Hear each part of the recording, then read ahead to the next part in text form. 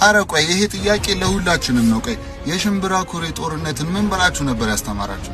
ያው መቼም ሁላችሁም ታውቃላችሁ ስለ ኢማም አህመድ ግራኝ ብላችሁ እንዳስተማራችሁ እኮ እናውቃለን። ግን ስለዚህ ጦርነት በቃ የነገራችሁን ነገር ይሄንን ጭዌ ስሰማ በጣም ነው የደበረኝ። ይኸውላችሁ በመሰራችሁ የተነሳው የክርስቲያኑ መንግስት በቃ እስልምናን በጣም በመጨቆኑ ማለት ነው ኢማም አህመድ ምንም እረፍት አልሰጣቸውም ነበር። ከባዱኬ ጦር ሜዳ በኋላ ማለት ነው ሁለቱም አጼ ልብነ ድንግልም ይሁን ኢማም አህመድም ሁለቱም ጦር በማዘጋጀት ላይ ተወጥረው ነበር እና በስተመጨረሻም አጼ ልብነ ድንግል 16000 ፈረሰኛና 200,000 እግረኛ ከ200 በላይ የጦር መሪዎች ጋር አዘጋጀ ጦሩን ማለት ነው የአጼ ልብነ ድንግል። የኢማሙ አህመድ ደግሞ ጦር 12500 ብቻ ነበር ለሶስት ፓርቲሽን አውጥተውለት ቆሞ የጠበቁት ማለት ነው። ምክንያቱም እነሱ ጦራቸውን የመከሩት ከፊት ጀነት እንዳለ ስለነበር በሰሃቦችም ደግሞ የሚታወቅ ብዙ ታሪኮች ስላሉ ቁጥር ምንም እዚህ ጋር ፋይዳ እንደሌለው ያውቁ ነበር እና ኢማሙ አህመድ። ከዛ ነው የጦርነቱ ቀን ሲደርስ በሞጆና በዘቋላ መካከል ሽምብራ ኩሬ ሜዳ ላይ በቃ ፀሐይ ገና ስትፈነጥቅ ሁለቱም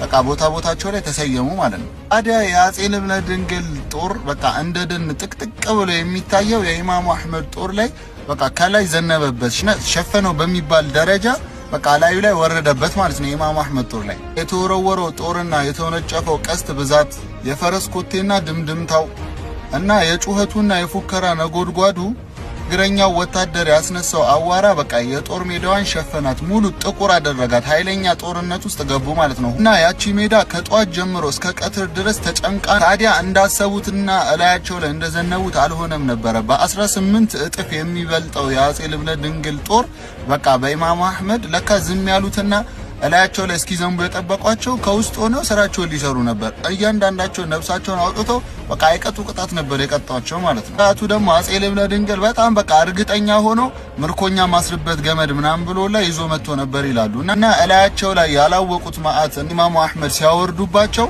ወደ ቤተ አምሐራ በቃ ሸሸ ማለት ነው። 15000 ወታደሮቹን በሽምብራ ኩሬ ሜዳ ላይ እንደ ቅጠር ረግፎ አገኛቸው ማለት ነው። ከዛ በኋላ በቃ የዘመኑ ኻሊድ ኢብኑ ወሊድ በሏቸው። ኻሊድ ኢብኑ ወሊድም አንድ ሀገር ከከፈቱ በኋላ አይቀመጡም ነበር። ይሄንን ድል ከተጎናጸፉ በኋላ ወደ ሐረር ተመልሰው 3 ወራት ራሳቸውን ሪፍሬሽ አድርገው ካዘጋጁ በኋላ መልሰው ወደ ደዋሮ ሄደው እነዛም ዘምተው ሙስሊሞችን ነፃ አውጥተው አስደስተዋል። ከዛ በኋላ ነው ከእንደገና ሄደው አርፎ የባሌ ጦርነትን እንደገና አድርገው በቃ የነጻነታቸውን ባንዲራ አውለበለቡ ሙስሊሞች። ከመችመች በቃ ኢማም አህመድ መጥቶልን እኛ ሀገር ነፃኛንም ባወጣን እስከሚሉ ድረስ የነጻነት ንጉስ ሆኖ ነበር ማለት ነው።